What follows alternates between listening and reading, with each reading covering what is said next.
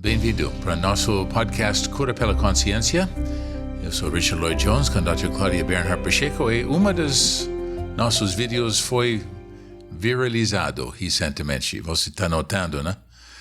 700 mil, alguma coisa, visualização, chegando muitos mais seguidores. Mas eu estou muito interessado por causa do assunto. Você falou sobre virtudes, que as virtudes são mais importantes. Por que você acha esse foi tão bem recebido agora? A pessoa está procurando muito essa questão. Porque eu acho que Kepp dá uma noção da virtude ao contrário do que o mundo tem sobre virtude. Eu acho que as religiões mesmo, os estoicos, eles dão uma ideia de virtude como só uma coisa sacrificada, restritiva, de sofrimento, esforço. E ninguém faz assim como Kepp, que nota que a virtude, ela é, na verdade, a essência do ser humano. Ela é a natureza, é natural. E é extremamente energética e satisfatória.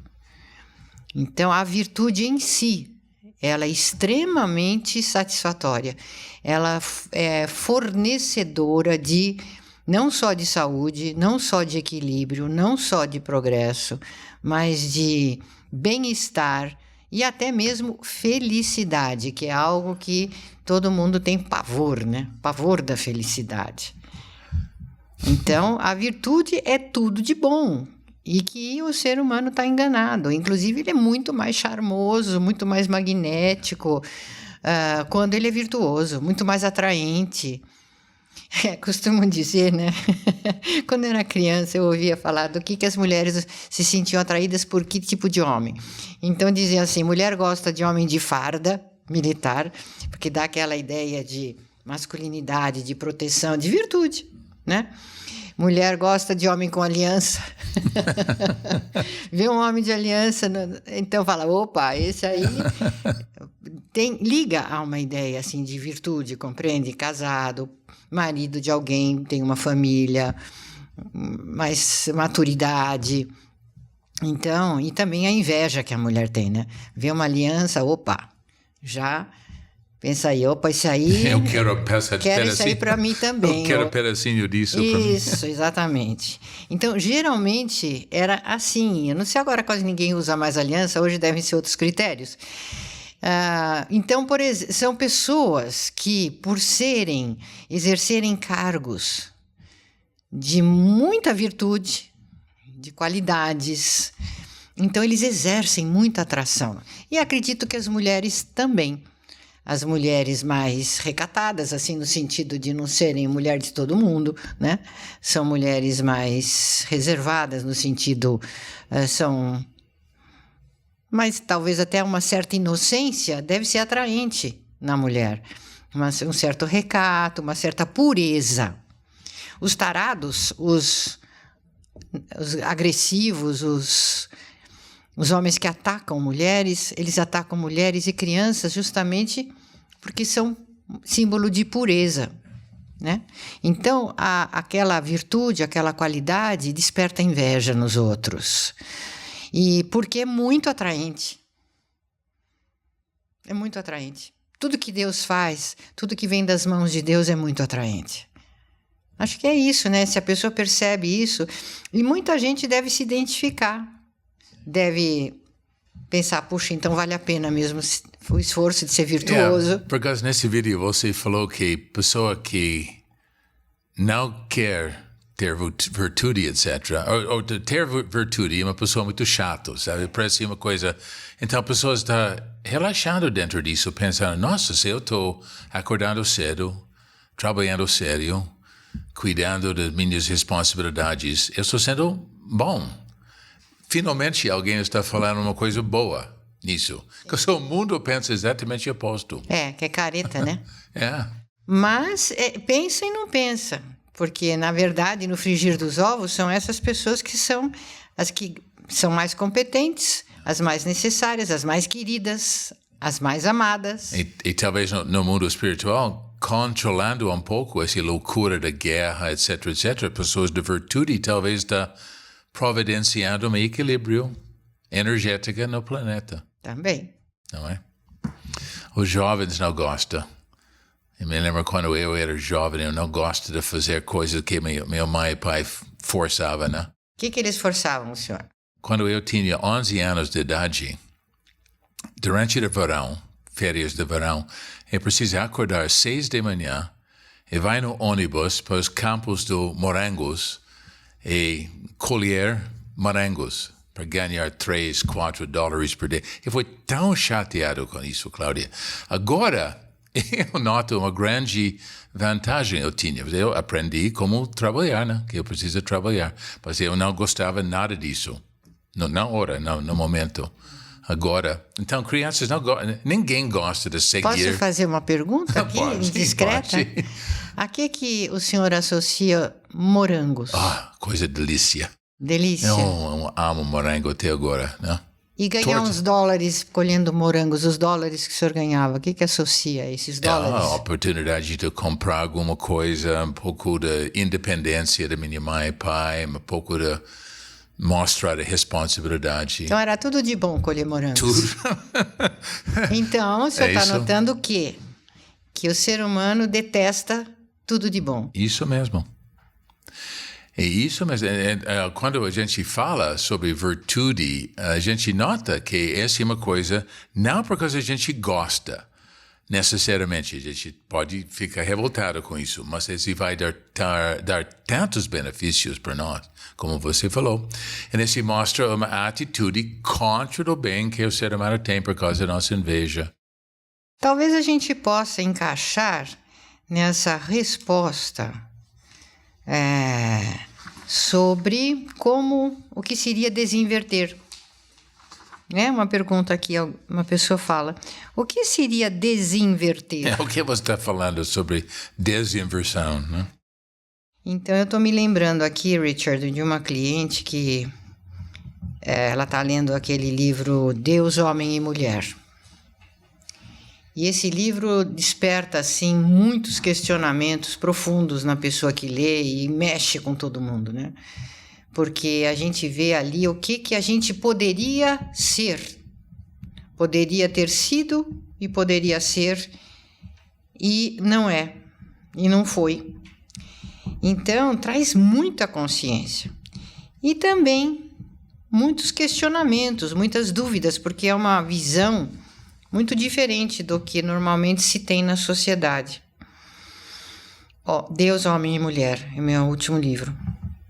Então ela disse que, na verdade, ela notou que ela precisaria, para poder ser feliz, ter a mesma vontade de Deus, mas que ela, para acatar a vontade de Deus, né?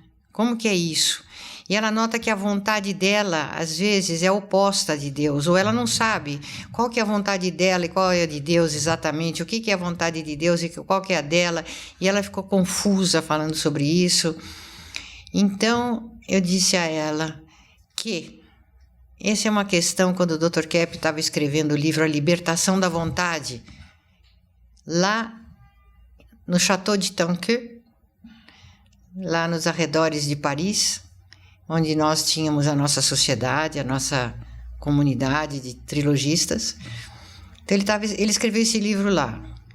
E tinham pessoas que diziam assim, mas eu não consigo, se eu for esquecer a minha vontade, eu vou morrer.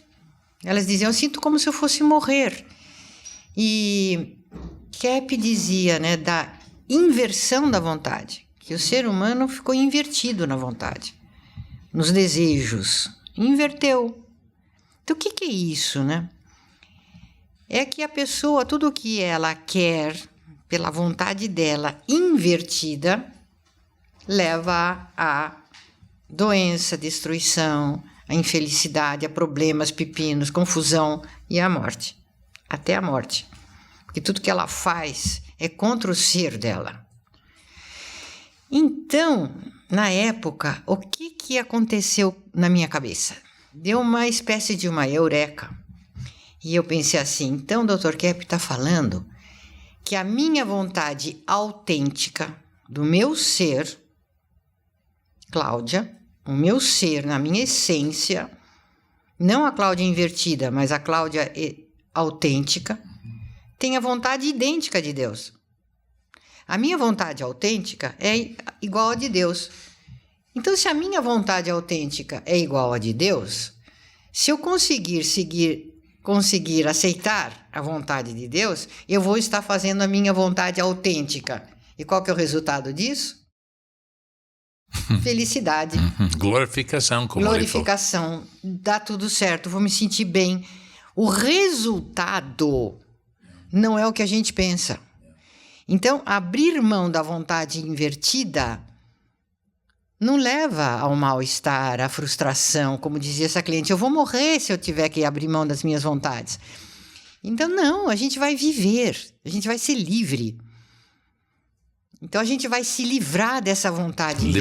Libertação da vontade, né? Para que o nosso ser possa vibrar em liberdade. Isso é muito bonito. Não, bonito mesmo. Isso é muito bonito e é muito real. É muito verdadeiro e é muito científico.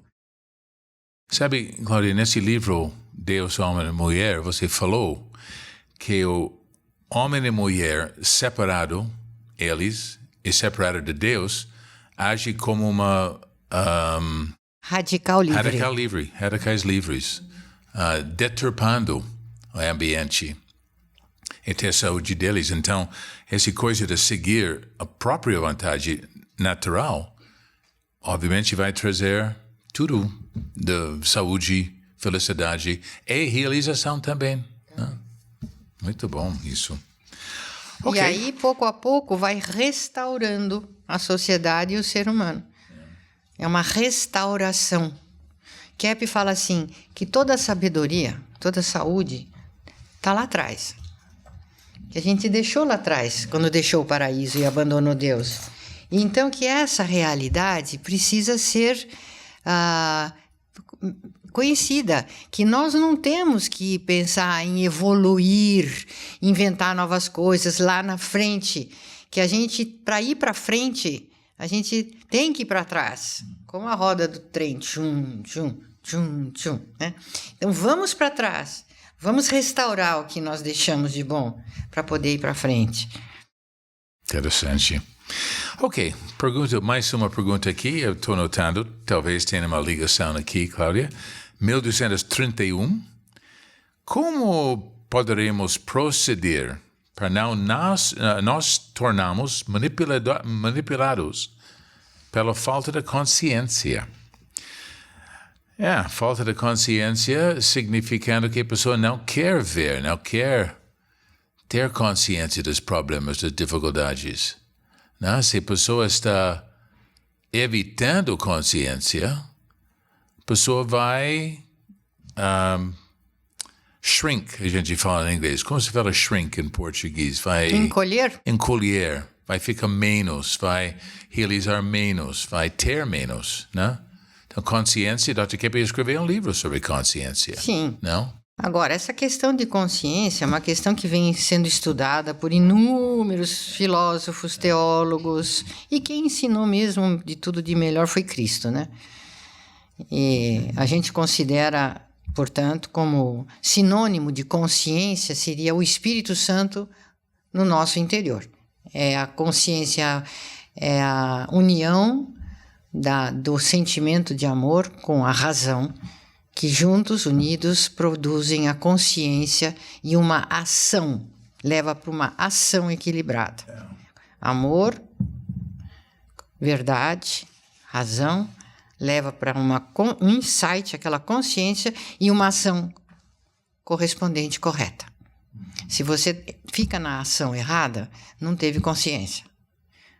E se você tem consciência, que é esse insight, você é empurrado por uma energética para realizar o bem. Então, logo se manifesta. Então, essa questão de consciência é muito bonito. Eu me lembro, foi o ponto que o professor Viktor Frankl, em Viena, achou mais interessante na obra de Kepp, ou uma das mais interessantes, eu tive a satisfação de assistir a conversa deles uma vez que fomos visitá-lo. Então, Kepp conversando com Frankl, e Frankl disse: então, Kepp, o que você entende por consciência no seu trabalho? É uma questão de conhecimento intelectual ou é uma questão ética, teológica, da revelação? Consciência moral, ética. Então, Kepp falou: interessante a sua pergunta, porque, no meu entendimento, consciência é a união das duas coisas. É a união do intelecto, do conhecimento, com a ética, com o fator ético. E isso é que dá a consciência como Kepp entende. E o Frankl falou: puxa, mas que interessante, nenhum pensador considerou isso dessa forma até hoje. Eu ouvi a conversa dos dois e Frankl falou isso, tá? Então, eu sou felizarda, porque eu trabalho com uma ciência que um psicanalista fez inúmeras descobertas e uma das principais é como ele considera a consciência na humanidade. E ele fala que agora está chegando a era da consciência, que o ser humano até agora ele não foi bem consciente das coisas. Está meio bobão ainda. A primeira fase era a consciência ética, na época da teologia, do judaísmo, etc. Das religiões, do domínio teológico, ou religioso, vamos dizer assim. Depois, a segunda fase foi a fase do conhecimento, os intelectuais, os filósofos, etc., os pensadores. E agora vem a era da consciência, que é a união das duas primeiras fases, gerando uma maturidade para a humanidade. O ser humano consciente, ele conhece a verdade e ele é ético. E porque ele é ético e porque ele aceita a verdade, ele verdadeiramente conscientiza e aí ele age de forma correta também, com uma ação boa, bela e verdadeira. Entende? Então, nós estamos caminhando para essa sociedade do terceiro milênio, que vai ser uma sociedade que os seres humanos todos vão ter esse insight interno e vão conscientizar. Agora, você fez uma pergunta para mim. De acordo com essa questão da consciência e do inconsciente também, né? O inconsciente, para Freud, era uma coisa, vamos dizer, natural, né? Era uma instância, o inconsciente. Assim como tinha o ego, o superego, né? Tem o id. E o inconsciente é algo que o ser humano, como que ele não tem acesso, a não ser através dos sonhos, atos falhos, para psicanálise. E tem uma técnica, muitas vezes, né, para a gente chegar no inconsciente do cliente. Um método psicanalítico. E muitas pessoas acham que a pessoa... Kepp falava da inconscientização, né? Que a pessoa não quer ter consciência das coisas. Não quer conscientizar seus erros, suas patologias. Mas Kepp vai além. Porque todo mundo sabe que não gosta de ver erro. Todo mundo sabe que não gosta de ver que é louco, que é chato, que é desonesto, que é desagradável, invejoso, que ataca o bem do próximo, que é desagradável. Ninguém gosta de ver os erros que faz, que não é tão competente quanto pensa, que não é toda essa bola que pensa. Ninguém gosta de ser humilde, né? Só que Kepp vai mais adiante. Ele fala, mas de onde vem o erro? Se o ser humano, ele nasceu, ele foi feito, ele vem de Deus, pela origem, ele tem uma natureza sã, equilibrada, verdadeira, bonita, boa. De onde vem o erro? Então, claro, existe toda essa fundamentação teológica, metafísica do começo, lá no paraíso, lá atrás, que o ser humano foi influenciado e foi enganado, vamos dizer assim, por um anjo muito poderoso que se tornou o anjo das trevas e que quis dominar a humanidade e domina. Tem dominado, em grande parte. Então, Mas o que aconteceu com a nossa cabeça aí? O que acontece com a nossa cabeça? Acontece que o nosso erro é não querer a consciência do bem. A gente não aguenta ver a beleza. A gente não aguenta ver a bondade que está além de nós, principalmente. Está em Deus, está na criação, está no semelhante e está também em nós.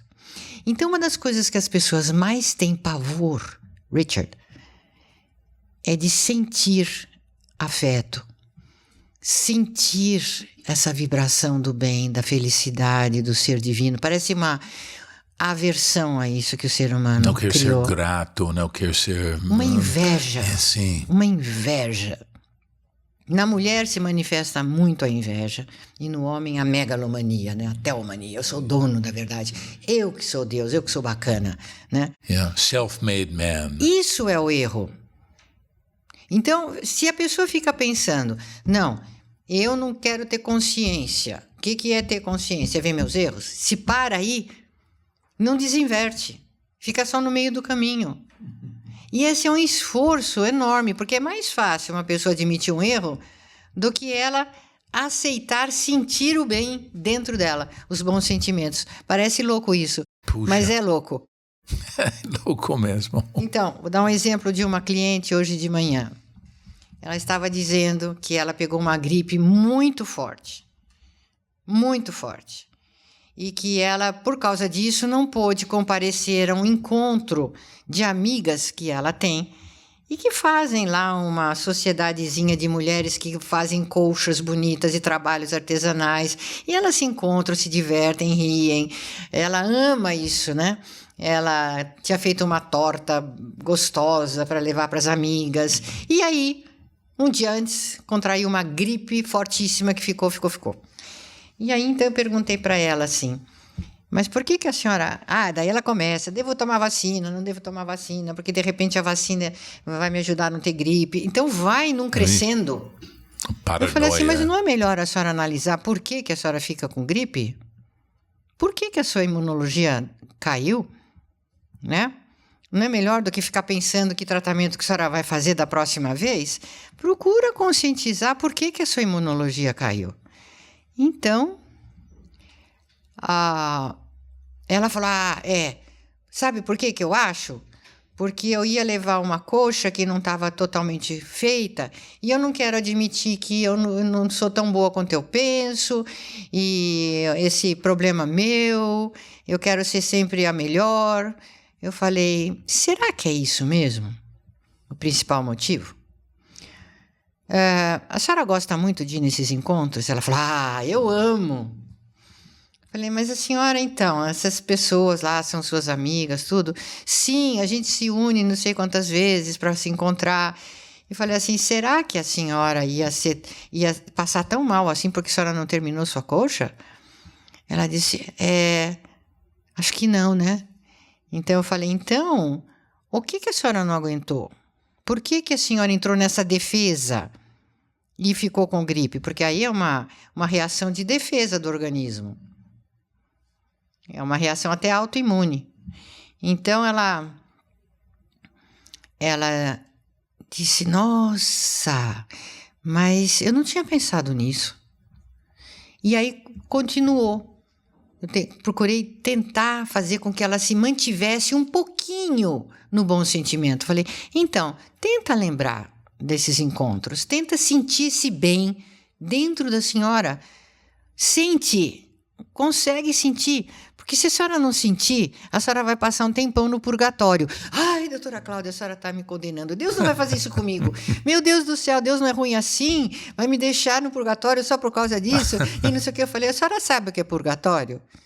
Ela disse, eu sei, é para a gente purgar os pecados que a gente fez. Eu falei assim, olha, qual é o pecado que a gente tem? Né? Por que a senhora acha que Deus vai castigar a pessoa lá? Nós não temos, assim, aceitação suficiente para estar com ele. Ele está lá esperando a gente e a gente vai levar um tempo até acostumar com a ideia e com o sentimento e com aquela vibração e aguentar a felicidade que tem no céu. A gente precisa desinverter bastante, isso é purgar, tirar a inversão, se converter na energia certa para ter coragem de entrar na felicidade absoluta. Olha, Richard, isso é o grande desafio da humanidade. Impressionante isso. É um pavor da felicidade. Sim. Pavor. Rejeição total. E dos bons sentimentos, e das boas lembranças, e do amor, e da... Eu me lembro, antes de ir para Canadá de visitar minha família, sempre tinha algum problema que aconteceu antes de ir, né? Alguma coisa de dente, alguma coisa, sabe, de saúde. É uma coisa que eu gosto, minha família, né? Mas olha, a resistência de ter esse amor, esse afeto. Ai. Agora tem menos. É muito mais fácil você ter notícias sobre guerra, tragédia. Você consegue ler aquilo, você fica pensando naquilo, Mas, claro, você fica sentindo aquela tristeza. Mas quando se refere a sentir afeto, amor, ver a beleza, encarar de frente... Aí a coisa... Olha, eles sabem disso no jornalismo, né? Tem mais tenebroso que você tem no jornal ou das notícias, mais pessoas vão ver. Eles tentaram muitas vezes com o jornal do Boas Notícias. Sempre falhou, nunca foi para frente. Então, as coisas mais lindas da humanidade, que ainda existe até hoje, elas são inconscientizadas. A gente está destruindo o nosso planeta, né? Coisa mais bonita que a gente tem. Destruindo isso por essa ideia de avanço, dinheiro, etc. Uma inveja total. Então, meu Deus, a gente está inaugurando uma era da sociedade dos amigos de Deus, que vão fazendo as pazes com Deus, e é uma sociedade de amigos da felicidade também. Sociedade de seres felizes, que têm afeto, que ajudam o outro, que perdoam, que querem a beleza, e que vibram com a beleza e o bem do outro. É gostoso, viu? Muito bem. Às vezes eu falo assim, olha, gostar é tão gostoso, ter afeto é tão gostoso. Né? E muita gente não se permite isso. Tem uma pergunta aqui que talvez você pode continuar. Você falou, a sua pergunta como desinverter, 1235, como posso melhorar? A pessoa está perguntando. Então, por isso. Melhorar é restaurar. Melhorar não é ir lá para frente ser outra pessoa. Melhorar é restaurar o que a pessoa é pela essência. Afinal, nós não somos pouca porcaria na nossa essência, hein?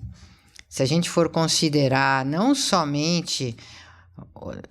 principal é a parte teológica, né? Essa revelação que nós somos os seres mais semelhantes a Deus, como Kepler escrevia.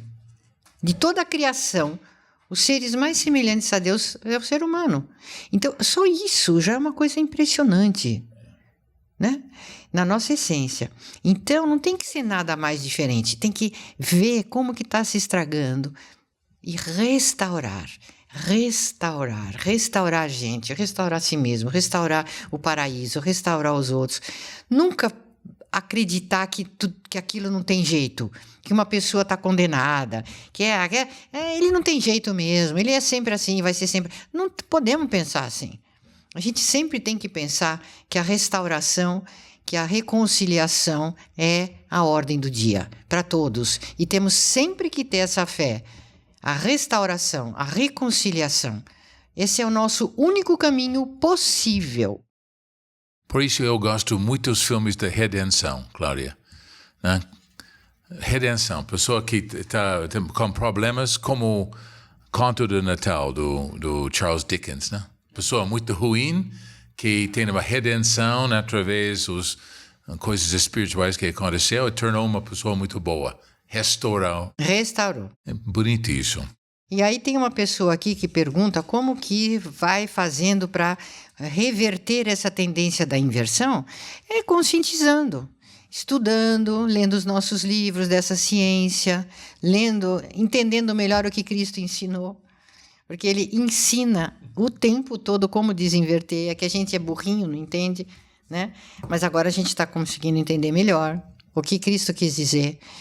E é conscientizando, vai conscientizando. Não pode desistir. Sim, refletindo como a gente está negando tudo que a gente tem, o bem que a gente tem. Porque a consciência, ela age como uma epigenética. Na epigenética.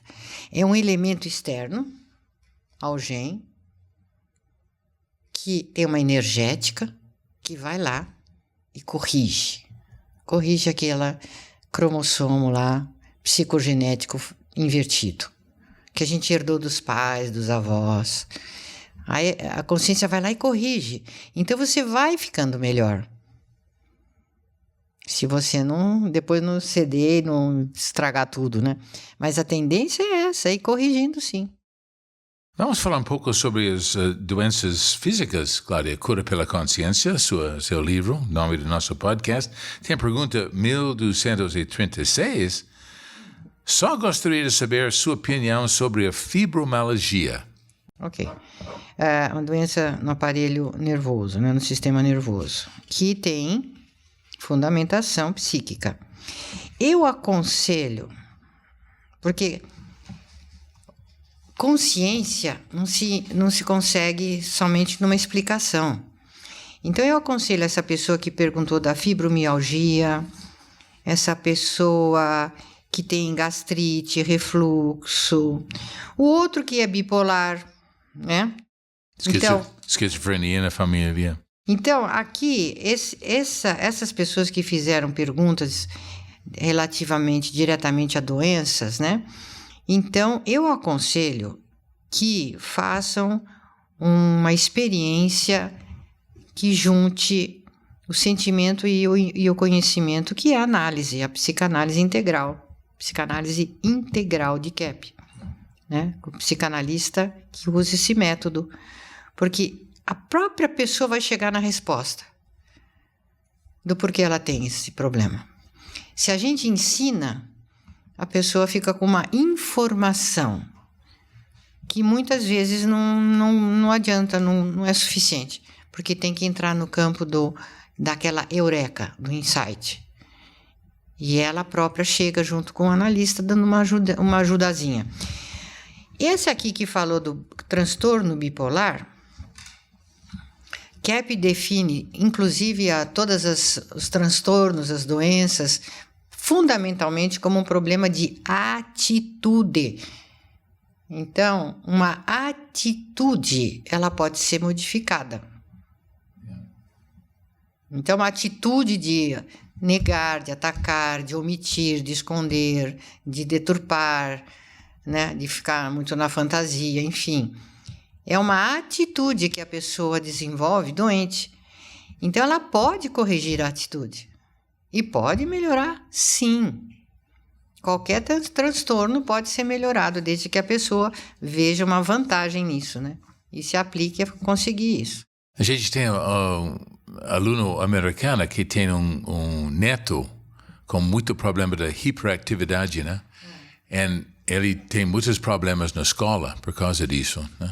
Provavelmente ele tem algum grau de autismo, como está falando muito atualmente, mas ela está notando, esse aluno, esse avó dele, que escutando nossos grupos de leitura e ficando perto do Kepp Motor, ele está percebendo o que ele pode fazer para melhorar. Ele está conscientizando que essa coisa não é uma coisa inevitável, incurável. Ele está notando isso, 12 anos de idade, né? Os jovens têm muita habilidade com isso. Se eles pegam alguma consciência, esse muda completamente a vida. Eles não têm tantos meios de fingir ou de esconder que os adultos têm, né? Nós temos muitas racionalizações, desculpas, etc. Os jovens não, eles aceitam, mas começar a melhorar. Eles desinvertem rapidamente. a conduta. Por isso eu gosto de trabalhar com adolescentes, sabe? Ah, é uma delícia. Quando eu tenho adolescentes nas minhas aulas de inglês, eu estou Eles muito são contente. sinceros, eles não são hipócritas ainda. Não são comprometidos assim com a máscara social. Eu me lembro uma vez, uma adolescente estava falando sobre escola, ele não gosta da escola, né? Eu disse, por que você não gosta da escola? Ele disse, muito chato, professor é chato, assunto chato, sabe? Sabe o que eu disse para ele? Mas eu acho, não me lembro o nome dele, eu acho que você está meio chato, né? Imagina uma aula cheia de jovens como você, tudo chato, não querendo fazer nada, não querendo trabalhar. Imagina uma professora com a sala de alunos como você, chato, não querendo aprender. Sabe o que ele falou? Nossa, professor, ninguém falou isso para mim na minha vida. Até agora está em contato comigo. Até agora ele tem contato. Então, fala uma coisa para ele quando você conversar com ele. Fala para ele que eu também acho muito chato. Que eu concordo com ele. Sabe por quê? Por quê? Porque o ensino, como ele é feito, ele não tem nada a ver com o nosso interesse. Sim. Tem essa parte, sim. Você entrocham, vamos dizer assim, desculpa essa palavra, um monte de informações que você nunca vai usar na sua vida. Então, aquilo é um suplício para a pessoa. Tem uma vantagem da pessoa aprender a ter disciplina, né? Ela aprende a aguentar sacrifício. Isso mesmo. De ser disciplinado, mas às vezes não mais do que isso. É um acúmulo de informações que você nunca vai usar, que você não tem o menor interesse. Por isso que, felizmente, uma ou outra escola boa no mundo aí, na Alemanha, na Finlândia, eles fazem um currículo para a pessoa de acordo com o interesse dela. Então, o que é bacana, Richard, é a pessoa aprender aquilo que ela quer e precisa para fazer o que ela quer. Sim. O que ela tem de ideal. Então, ela quer ser alguém na vida, ela vai aprender uma determinada profissão, ou médico, ou agricultor, ou sei lá. Ela aprende aquilo que ela vai, desde pequenininho, somente aquilo que é de interesse para ela realizar aquela missão na vida dela. O problema, Dr. Cláudia, é que a gente não sabe. Me lembro quando eu estava 13 anos de idade, a gente entra na escola, precisa aprender francês. Eu achei, por que eu vou aprender francês? Eu nunca vou usar na minha vida. Então, eu não aprendi. Com 13 anos de idade, a gente sabe tudo, né? E sabe quando eu notei a estupidez disso? Quando eu viajei para a Europa. Pensando, agora estou aqui em França, talvez vai ser bom de aprender alguma coisa, né? E aí, você aprendeu depois? Não. Então. Obviamente não. Então você não queria mesmo. Sim. E quando eu cheguei no Brasil, muitos anos depois, nossa, se eu aprendava francês no passado, português vai ser mais fácil. Não, querido, você está falando o suficiente de português. Agora. Então, quando você quis aprender uma nova língua, você aprendeu. Você está aprendendo. Entende? Você não queria francês, não era do seu interesse. A questão é essa. O ensino não é do interesse da pessoa, do aluno. Sim. E todo, inclusive com os pais já em casa, se a gente já tem uma orientação para ir buscando a vocação, não é fácil descobrir a vocação, mas já tem assim algumas dicas sobre vocação. E se a pessoa vai seguindo aquelas dicas, ela vai aprendendo os básicos para desenvolver aquela vocação, então ela tem mais chances de aprender rápido. Imagina um sistema de educação assim, né? Maravilhoso. Nossa Senhora, como vai ser bacana. Agora, você não vai ter pessoas que vão servir de soldadinho lá para as grandes corporações, para os governos indecentes. Esse é o problema. A pessoa precisa aprender a fazer uma profissão a serviço, muitas vezes, de governos indecentes e de corporações indecentes. Totalmente verdade. A criminosos, muitas vezes. Ela é obrigada a entrar naquela caixinha, naquela forma, para servir aquela corporation. Ou o governo nisso, ou o governo naquilo. E às vezes até instituições religiosas, né? Também. Vamos introduzir aí também isso. E não fazer algo realmente bonito, verdadeiro, bom, que ela vai ajudar os seus semelhantes e ela própria vai se sentir realizada. Poxa vida, Cláudia. E não deixam fazer escola assim, viu? Uma escola livre... Não deixam fazer, porque depois você vai ter que obedecer o sistema. Você vai ter que ser uma peça do sistema e não alguém útil no mundo, para o mundo, para a humanidade e para você mesmo. Você vai ter que obedecer a um sistema. Uau! Tu está dando uma visão totalmente diferente da educação. Acho que deve ter muita gente que pensa assim, não tem? Bom, eu aprendi um monte de coisa quando os livros de Kepp, né? E também, com essa ciência de Kepp, a gente abre a cabeça, Richard. É verdade. Quem entra nessa ciência aqui abre a cabeça, fica perigoso para o sistema. Por isso eles não gostam quando você fala contra o poder, né? Então, cuidado aqui. Já paguei meu preço, como fala, vou pagar outra vez. Você quer responder por mais um? Acho que mais você uma, né? Esse aqui, ó, 1237. 37. 1237. Ok. Lercos, eu não tenho aqui. Não. Eu tenho, mas não tenho, ordem não tenho. Então aqui. Vou falar qual que é a pergunta, tá bom? Eu me irrito com quem confio e me engana. Então, eu sou assim? Ele está falando assim, eu me irrito com quem me engana porque eu engano os outros? Os políticos, por exemplo. O problema dele aqui, dela, acho que é ela não quer ver o quanto ela se engana. Porque nós temos, por intuição e pela consciência, noção de como as coisas são. Só que a gente não aceita. A gente mascara, dora a pílula, modifica, inventa modas, como se fala, torce as coisas, forma uma imagem totalmente falsa, às vezes, sobre uma pessoa. Você tem um monte de indicações, indícios de que aquela pessoa é daquele jeito, mas você decide no seu interior que você vai querer fazer daquela pessoa um ser que ela não é. Então, espera do outro o que ele não é e nunca vai ser. E quando ele demonstra quem ele realmente é, aquele que idealizou fica furioso e culpa o outro. Você me enganou. Não, a pessoa que se enganou. Porque mesmo que o outro minta, disfarce a sua realidade, nós temos intuição para saber. Suficiente, a menos que a gente viva tanto na fantasia, na auto-enganação, que a gente perde a sensibilidade. E a análise tira essas ilusões, a análise tira esses véus, essas máscaras, e a pessoa tem que conviver com a realidade. Tem que desistir das suas fantasias.